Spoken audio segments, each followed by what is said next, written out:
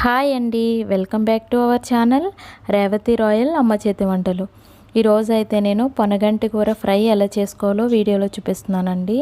వీడియోని అయితే పూర్తిగా చూడండి. పొనగంటి కూర చాలా అంటే చాలా మంచిదండి, కళ్ళకైతే చాలా మంచిది. చూడండి, వీడియోలో చూపిస్తున్న విధంగా పుట్టుకేసుకోవాలండి.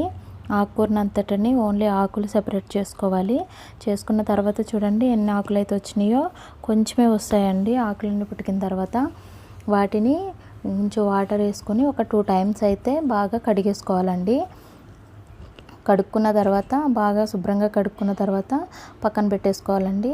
పక్కన పెట్టుకొని మనం ఒక బౌల్ తీసుకొని దాంట్లో వాటర్ అయితే హీట్ చేసుకోవాలండి. ముందుగా వాటర్లో హీట్ చేసుకున్న తర్వాతే ఆకుకూరను అయితే వేసుకోవాలి. చూడండి, నేను వీడియోలో చూపిస్తున్న విధంగా వాటర్ అయితే హాట్గా అయిన తర్వాతనే నేను యాడ్ చేస్తున్నాను. సో అలానే మీరు కూడా యాడ్ చేసుకోండి. చాలా అంటే చాలా బాగా వస్తుంది, చాలా పర్ఫెక్ట్గా వస్తుంది. చూడండి, ఆకుకూర అయితే చాలా మంచిది. యాక్చువల్లీ పూర్వకాలంలో దీన్ని పోయిన కంటి కూర అనేవాళ్ళంటండి. ఎందుకంటే పోయిన కళ్ళను కూడా తిరిగి తెచ్చే ఆకుకూర అని. సో ఉండగా వాడుక భాషలో ఇది పొనగంటి కూర అయిపోయింది. చూడండి, మీకు ఉడికిపోయిందండి. ఆకుకూర అయితే మనకి ఉడికిన తర్వాత కూడా డిఫరెన్స్ తెలుస్తుంది. చూడండి, కలర్ అయితే చేంజ్ అయిపోతుంది. చూడండి, వాటర్ కూడా ఎలా చేంజ్ అయిపోయినాయో ఇలా అయితే చేంజ్ అయిపోతుంది. దాన్ని ఒకసారి మనం పట్టుకొని కూడా ఇలా చూడొచ్చండి. చేతితో చూస్తే మెత్తగా అవుతుంది.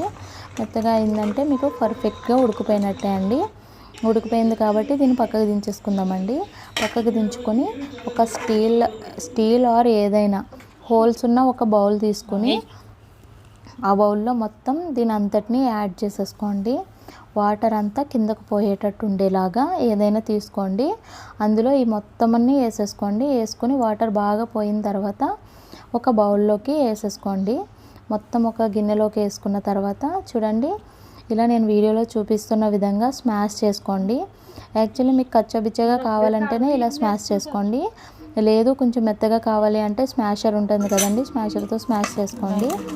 ఇలా చూడండి, స్మాష్ చేసుకున్న తర్వాత ఇలా అయితే వస్తుందండి. ఇలా వచ్చిన తర్వాత అందులో కొంచెం పసుపు యాడ్ చేస్తున్నాను. చూడండి, కొంచెం పసుపు యాడ్ చేసుకోవాలి. తర్వాత మనకు కావాల్సినంత కారం యాడ్ చేసుకోవాలండి. మీకు ఎక్కువ కావాలనుకుంటే కొంచెం ఎక్కువ యాడ్ చేసుకోవచ్చు. అలాగే రుచికి సరిపడా కొంచెం సాల్ట్ని అయితే యాడ్ చేస్తున్నాను. సాల్ట్ యాడ్ చేసిన తర్వాత ఇలా గరిటెతో కాకుండా చేతితో కలుపుకుంటే చాలా బాగా కలుస్తుందండి. అలా కలుపుకొని పక్కన పెట్టేసుకోవాలండి. పక్కన పెట్టుకున్న తర్వాత ఒక బాండీ పెట్టుకొని అందులో అది హీట్ ఎక్కిన తర్వాత కొంచెం ఆయిల్ యాడ్ చేసుకోవాలండి. ఆయిల్ వేసుకున్న తర్వాత ఆయిల్ హీట్ ఎక్కిన తర్వాత కొంచెం పోపులు యాడ్ చేసుకోవాలి. పోపులు యాడ్ చేసుకున్న తర్వాత బాగా వేగించుకోవాలండి. పోపులు అయితే లో ఫ్లేమ్లోనే వేగించుకోవాలండి. ఎందుకంటే మాడిపోతే అసలు బాగోదండి పోపులు. అలాగే లాస్ట్లో కొంచెం కరివేపాకుని అయితే వేసేసుకుంటున్నాను. కరివేపాకు లేనిదే అయితే ఏ పోపు ఉండదు కదండి. సో కరివేపాకు వేసుకుంటేనే టేస్ట్. కరివేపాకు వేసుకున్న తర్వాత అలాగే నేను ముందుగా రెడీ చేసి పెట్టుకున్న ఈ మిశ్రమాన్ని అంతా ఇందులో వేసేస్తున్నాను. చూడండి, ఆకుకూర ఆల్రెడీ కలిపి పెట్టుకున్నాం కదా, అందులో వేసేస్తున్నాను. వేసిన తర్వాత ఒక 2 మినిట్స్ అయితే బాగా కుక్ చేసుకోవాలండి. బాగా అటు ఇటు తిప్పుకుంటూ కుక్ చేసుకోవాలి. ఈ ఆకుకూర అయితే చాలా అంటే చాలా మంచిదండి కళ్ళకు.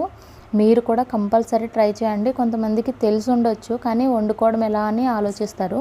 సో నేను మీ అందరి కోసమే ఈ వీడియోని అయితే పోస్ట్ చేస్తున్నానండి.